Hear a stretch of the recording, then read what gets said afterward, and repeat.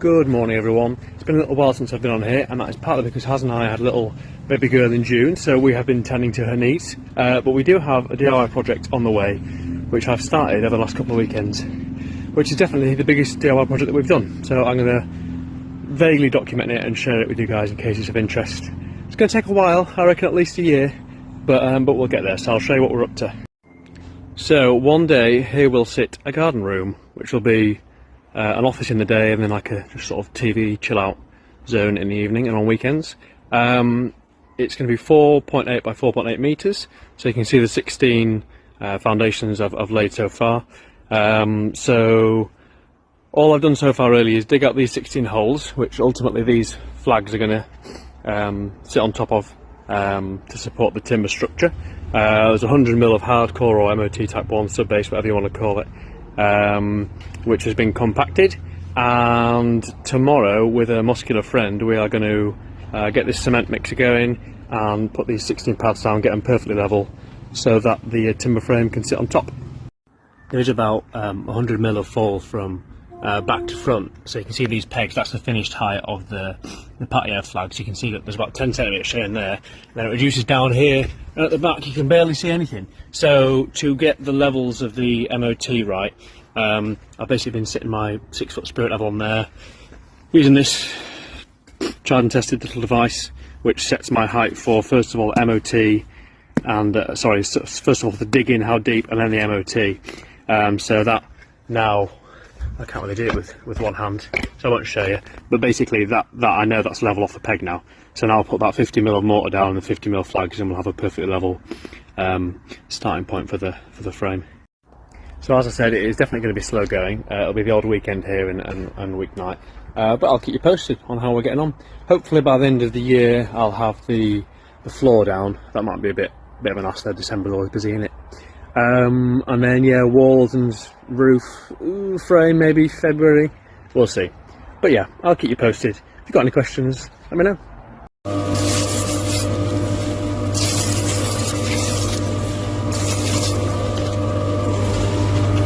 Good afternoon. Today's shift has ended a bit early because, as always, I've under-ordered quantities, which means that we've done 11 of the 16 pads, which is really annoying. I'm going to have to go back to B&Q probably in the morning now and do the rest tomorrow by myself, but there we go. I always seem to do that. So it doesn't look overly exciting, but yeah, happy with the job we've done. It's horrible doing it by yourself, this, as I will tomorrow, so I was really happy to have Jamie's help today. So yeah, those are the 11 that are done. You can see how much mortar is above the ground there than versus at the back, but yeah, happy with how level they are. Got those 4 at the back to do, and this one to finish off tomorrow. Yeah, so weather's not great in the morning, so I'll have to do it in the afternoon, but nothing else to say really. Just lots of paving stones on the floor at the moment. Hello everybody, I've got a small interlude before laying the last 2 flags, so I just thought I'd show you a bit about the old system I've got going. So I'm using a mix of 3 parts sharp sand to 1 cement for a really strong mortar mix. Got my sand here, the sand's parked at the front of the house, cement down there, and then these, obviously I've shown you these old holes that I've dug over the last couple of weeks. Basically what I'll do is lay about a 50mm mortar bed, and I use this as a little fake flag. So rather than lugging around these really heavy flags, I just like use that to gauge the levels. So for example here, once I put the mortar down, I'll lob that down, check the levels versus the other flags nearby, and adjust that until I get really close, and then I'll start using the big heavy back-breaking boys.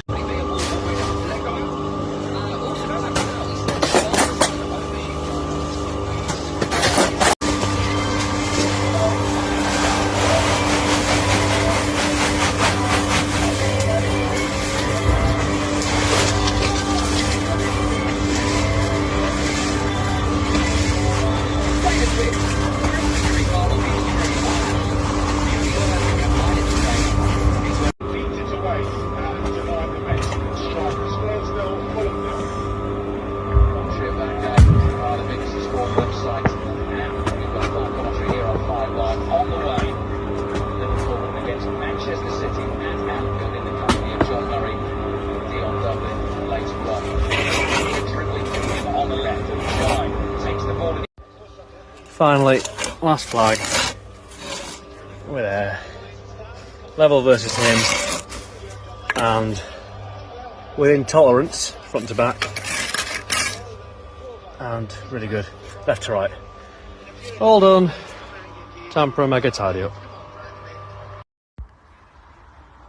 All done. I think that's probably joint worst part of the job with when I come to doing the insulation. So now that's finished. Lots of digging, lots of back and forth, lots of lifting horrible heavy stuff. So well, it's done. They're not all perfectly level, but they'll do. I can pack them out where required. So a couple of weeks off this probably now, and then I'll start working on the floor frame maybe 2 or 3 weeks time. Good evening. I'm in the workshop tonight and I'm trying to cut quite a few joists quite quickly. So I'm just going to show you my system quickly in case anyone is interested. So here I've got 5x2s, got a shed load of these. That's what the whole timber frame for the floor is made out of for the garden room. And then rather than measure them up and mark them every time and cut, which takes a long time to do it repeatedly well, I've got an off cut which I put a little block on the end. So I slap him on the end of there, and then this edge gives me a perfect square cut with my circular saw, and I need to do that 26 times. Then I'll have 26 joists of exactly the same length, about 1.5 meters. So it'll take a little while, but a lot less long than if I was doing it by the normal method. So yeah, I better crack on. Good afternoon. I've not done any coverage for the last few days at all, but quite a lot of progress in getting the base in, so let me share that with you. So we've got the 3 different rectangles that make up the full frame basically in. Need to finish off a couple of joists, but almost there, so that's been quite enjoyed that, to be fair. It's nice to get back on the old woodwork, but quite a lot of stages left before the base is finished. So I need to finish getting the weed membrane down, need to bolt these 3 sections together. The reason I did it in 3 sections is just to make them more easy to manoeuvre. And then what else have I got to do? I've got to put noggins in, I've got to insulate, a few other things I'm probably forgetting as well. So once the insulation is down, then I can board it with 18mm 2 groove chipboard, and then cover it with the tarpaulin and have a couple of weeks not doing it. I'm planning for the walls and roof, which hopefully will be something I'll do in Jan/Feb.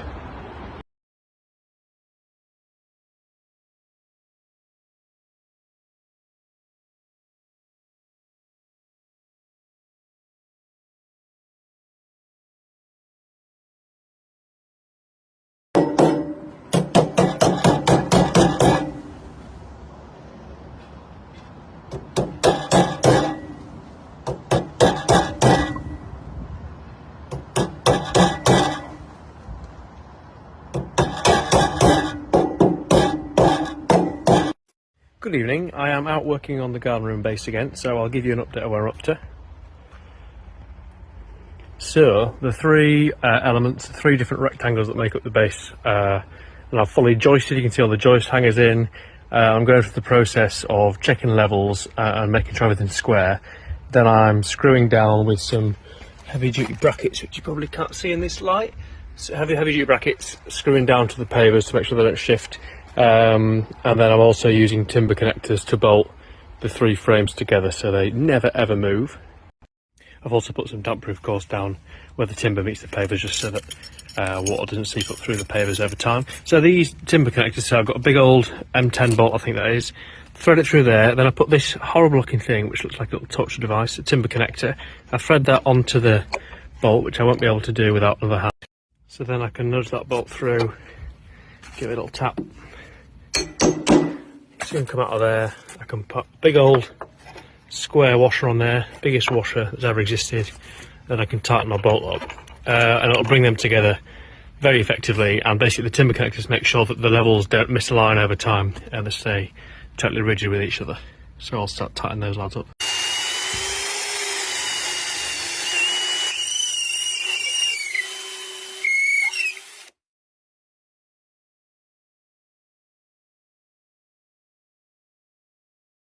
Okay, so those 2 frames are now totally fixed down and connected together. So is this last one.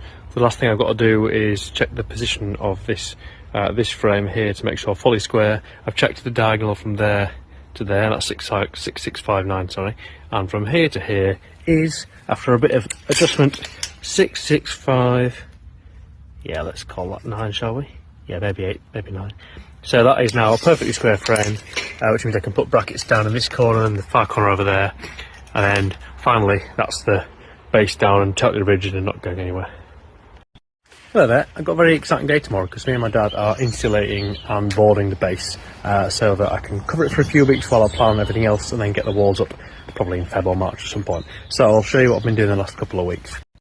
Doesn't really look too different, it's just been sort of smaller, niggly jobs. So what we've done, you can see there's now 2 2x5s now, so that's 90mm in total to support the 2x4s that are going to make up the walls, because there's going to be a lot of weight running through those walls, front and back especially, because the span is about 5 metres, so that's a lot of roof joist weight to support.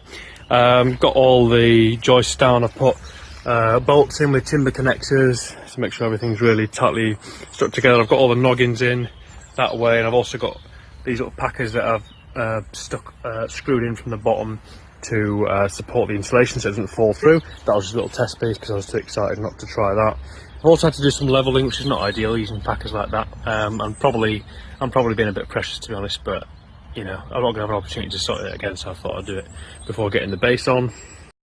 And last hour or so I've just been doing a bit of a quality check, really, just making sure everything's fine, ready to go for tomorrow so we can crack on nice and early, because there's a lot of insulation to cut. If you imagine that, you can see on the screen that's 6 sections of insulation. We've got all that to do. It's going to be a bit of a thankless task, and then we have to board it with some tongue and groove flooring as well.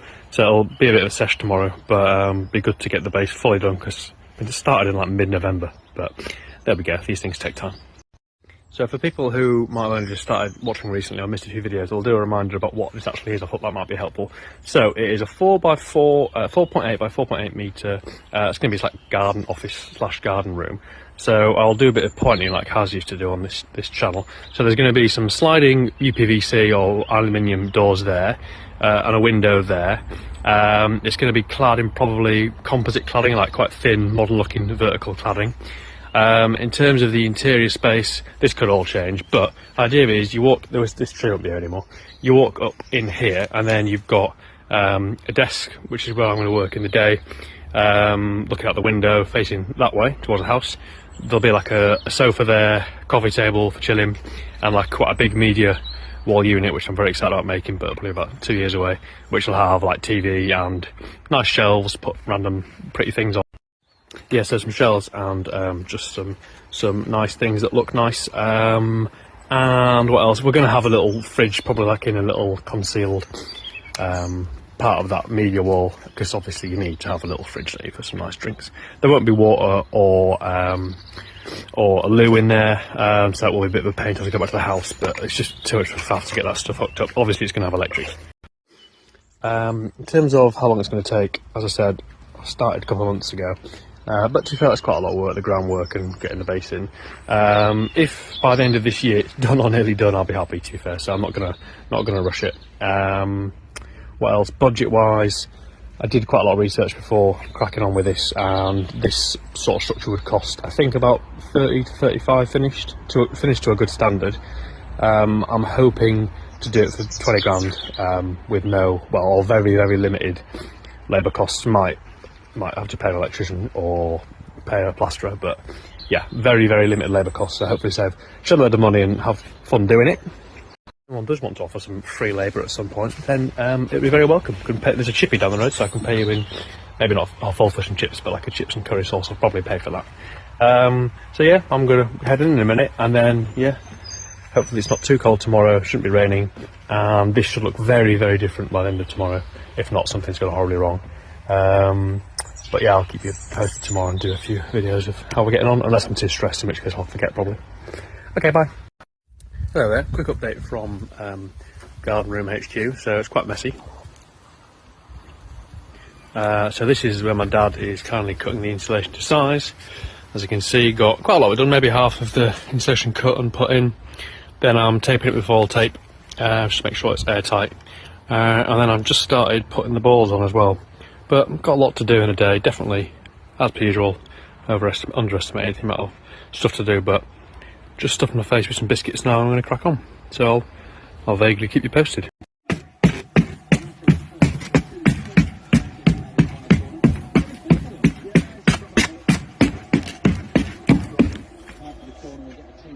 Portland Road. Rowe starts with the ball by South Rowe. To defence, let's stand right. They've got organisation. Right, my dad's gone home. He's been a massive help today. So we're all insulated. Need to let that foam go off a little bit and tape those gaps up, and then I am on to boarding. Got the fire going, which is quite a good way of using up excess wood, to be fair. And yeah, I'm just going to get my head down, listen to the footy and crack on, because I've not got any time the next few days, so wish me luck. All the insulation is in, all the foil tape is done, 2 more rows of boards and we're done. Whew. Finally done. That was a hell of a shift. I mean, it doesn't look very exciting, does it? But it does look absolutely freaking massive. But it will be a lot smaller once walls are up and the stuff is in it. But yeah, it's gone well, to be fair, except for how long it took. But happy with the job. Need to do quite a bit of tidying away now and get this covered with a couple of tarps, and then go inside for a shower and an Indian, which I'm extremely excited about. I don't know, I'm walking around, I've sort of lost my mind by this point. But yeah, all done.